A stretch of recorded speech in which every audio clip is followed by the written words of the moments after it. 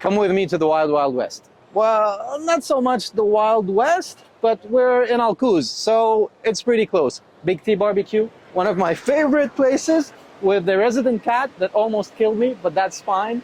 We're still alive, we're going. We're open. Well, I'm saying we, but Big T is open 3 days a week on the weekends, Friday, Saturday, Sunday. It gets packed, so make sure that you're early to avoid the queue. Foodies, welcome to the Kidda Show. I'm your host T, and today I want to talk to you about a topic that is quite interesting to me. We've all heard the customer is always right, but is that really true? Today I really want to dive into that topic and unpack it with some examples with my dear friend Chef T from Big T BBQ. Let me tell you why I love this place. We're early, so there is no queue. Generally, you have a lot of people waiting for a lot of deliciousness that is happening inside here. So come on, follow me. I try to avoid sugary stuff, but these are part of the highlights of anything you can get here. The place is as raw as the food that you're gonna get. No, don't get me wrong, the food is cooked, but it's fantastically cooked in a way that is just out there, very simple, straightforward, in your face. So obviously there's another reason why I love this place so much, is because it came from, I'm gonna say, humble beginnings. Just a guy and his dream. But we're not gonna talk about that today, we're gonna talk about the food. The menu is up on the wall. The guys run out very quickly, so me personally, I like to make it early on time so that I can get to taste everything that's on the menu. The level of hunger is increasing by the minute. All right, so let's do that, and I cannot leave without the cheesecake. And chef, yes, my chef. Burger, super well done, and no ketchup. Hey, you gotta relax, man. No talking to the chefs, no instructions here. We're good. No injuries, yalla, come. Yalla. I gotta tell you something. Yes, sir. I have worked in retail for a very long time in my life. And one thing that always comes up is the customer is always right. And I know that with F&B it's very tricky because what's salty for you may not be salty for me. Yeah. So tell me, what do you feel about this? Is the customer always right? The customer sometimes is right. I listen to everyone's input, but how I absorb it, I decide who I absorb and who not. Regulars always send me, and not regulars, new ones, send me messages on Instagram. They tell me in person what they like, what they didn't like. But at the end of the day, if you're starting up a restaurant, especially a restaurant where there's creativity and personal preference, you need to be confident. You need to be confident in what you're putting out. If you listen to everybody, I wouldn't be here today 3 years later before opening. That's true. We will just be flopping around, changing our flavors every couple of months. If someone has a very specific palate or very specific way of doing things, he should go and start his own restaurant with his palate in it. But I love it. Yeah, you can't tell someone who's dedicated basically his whole life into building his skill and his palate and his preferences in these. For real. You can, just like how you cannot get a guy who's painting a photo for you, like a portrait. You cannot tell him, put this color. He's gonna take it and he's gonna do his take on it and give it to you. I love that. That's when we say the high level, which I consider myself a high level cook.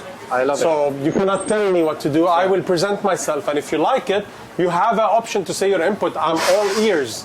When you talk, everyone knows I'm very approachable. I'm one of the few chefs here in UAE who would reply to the page on Instagram. Yes. Who would reply on the personal page within 1 hour, 2 hours. You'll have your reply properly and you'll have your answer. That's true. Try that with the big chefs in Dubai. You won't hear from him. I agree.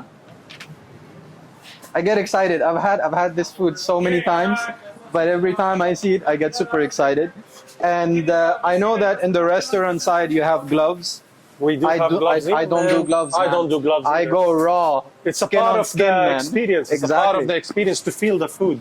I was going to say to feel the skin, but no, whatever, whatever works for you. I really appreciate actually the fact that you listen to your customers, obviously, and you adjust wherever you need to adjust.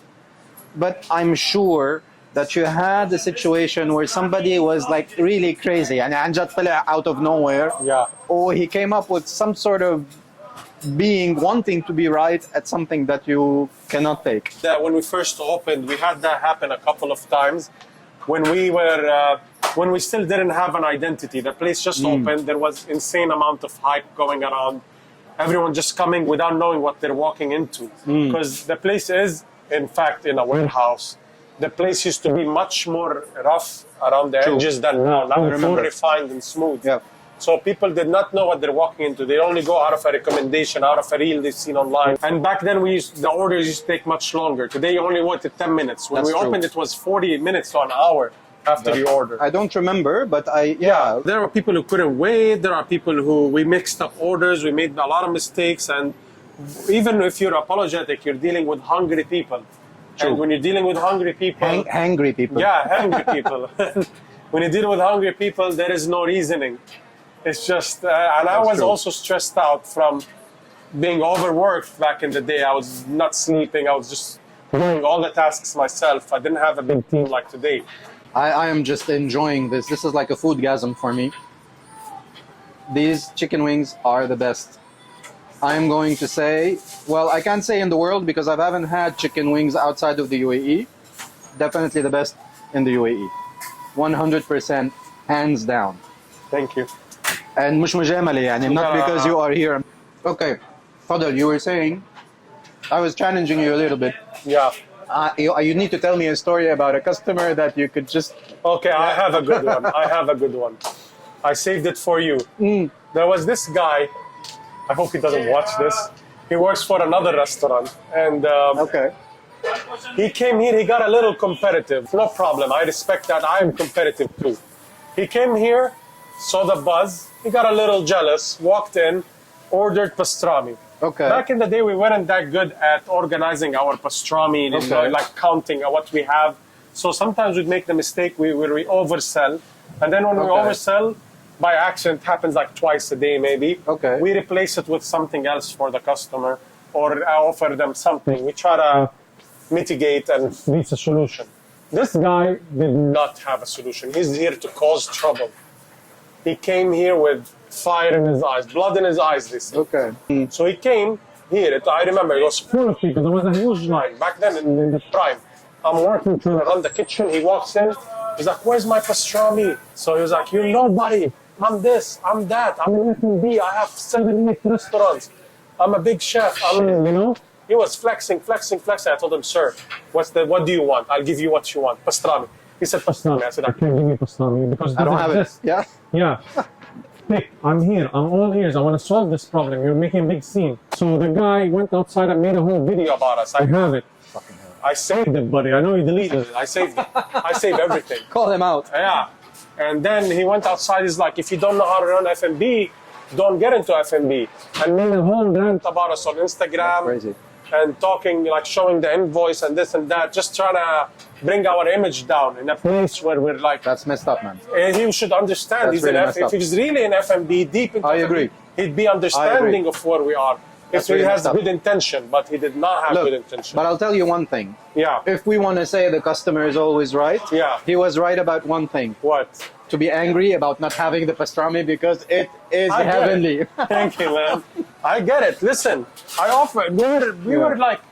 We're like birds with no wings back then. We were like in a weak position. We didn't have much. I know. And I agree with you. If he was really in F&B, he would have supported you rather than... Yeah, he would offer help. There's a lot of guys in the industry who came and offered help. Yeah. Like the guy from Burro Blanco, Yeah. Egyptian tall guy, handsome guy. He came here and offered me help.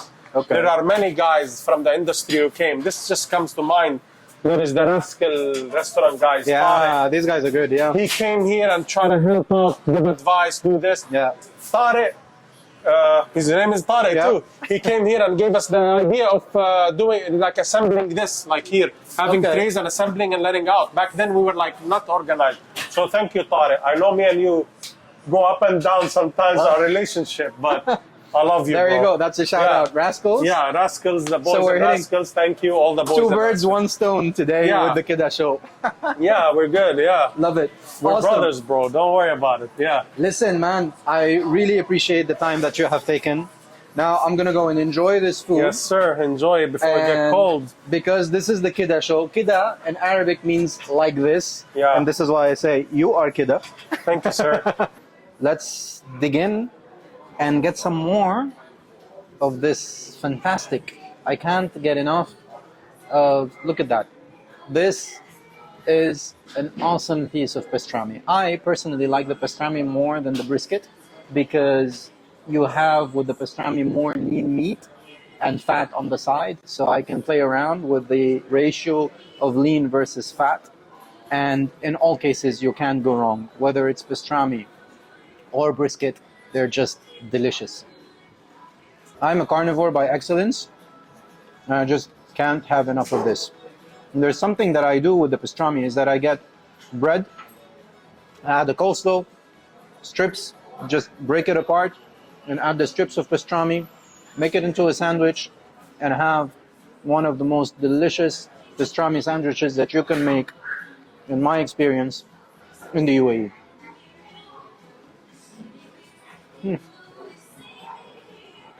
I think that I may have committed a crime, possibly two. I forgot to order the fries because the fries here are delicious. They are the perfect ratio of crunchy on the outside and soft on the inside. And although in the beginning I said I don't like sweets and sugary fizzy drinks, but I should have had a Mountain Dew. I will survive without it, but still I think it's criminal to be in a place like this and have this food without fries and without a Mountain Dew. Don't do that mistake.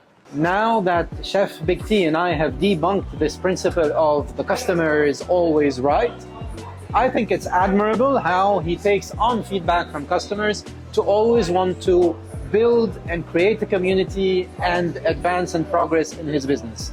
And that is the bottom line, in my opinion. Having heard the story, I would love to hear from you. What are your opinions on this principle? And as always, click the subscribe button and stay kidda.